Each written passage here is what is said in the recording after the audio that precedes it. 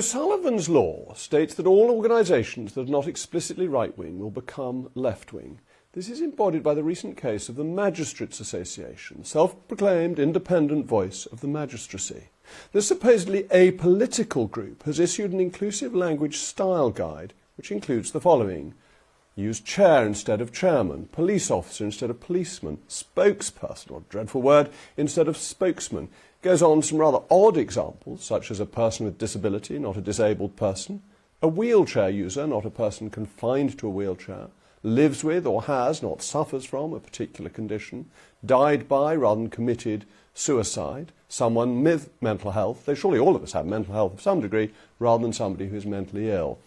And just when you thought it couldn't get any worse, it advocates limiting the use of Latin where possible, such as replacing ad infinitum with endlessly. This is very odd because lots of Latin terms have entered our language. Do they ban the word data, for example? Anyway, the Magistrates Association has responded to this backlash rather boldly, saying we make no apology for using inclusive language. But language and politics are inextricably linked and interwoven.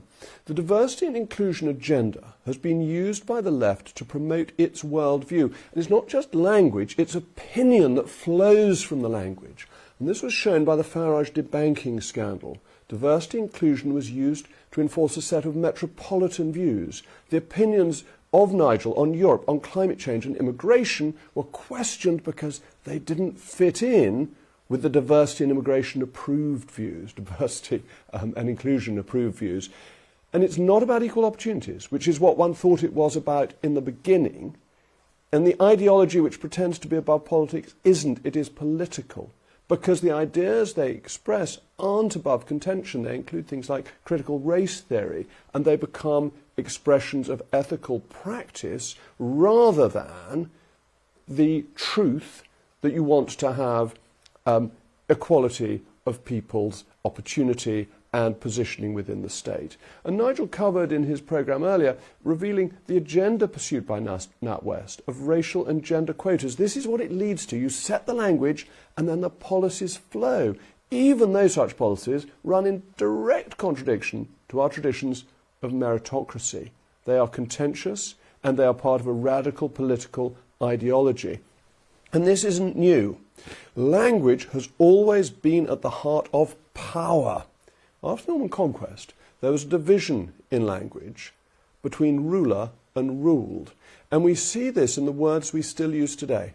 So beef is from the French and was what the rulers, the Normans, were eating, while cow is from the Anglo-Saxons and it's what the Anglo-Saxons peasant was tending. You see that power dynamic. Beef for the powerful, cow for the weak. Language is an expression of power, and it's been used by the left to control the way organisations think. It's an effort to wire their ideology into our institutions. Now, the Magistrates Association may not be bright enough to realise how political it is being, but it has become an advocate for a hard left political ideology. Its ideological nature is also exposed by the fact that it's ignorant. It shows up as being political because they don't know the history of our language. So, in the Germanic languages, man means person first and also then means male. Interestingly, in Anglo-Saxon, from which English is of course in part derived, weremon and whiffmon were male and female. The were in mon is commonly dropped. The whiff has become woe, so woman. And the suffix mon, or man in more modern usage, does not imply male. So chairman does not imply a man. Policeman does not imply a man. Once again, inclusion is used as a pretext to try and tell us what to think. And the magistracy, like all our judicial outlets, ought to be apolitical and use the language of everyday life. It ought not to be a mouthpiece of the ideologues in the Labour Party. As always, I want to know your thoughts. Don't forget to let me know what you think. mailmog@gbnews.com.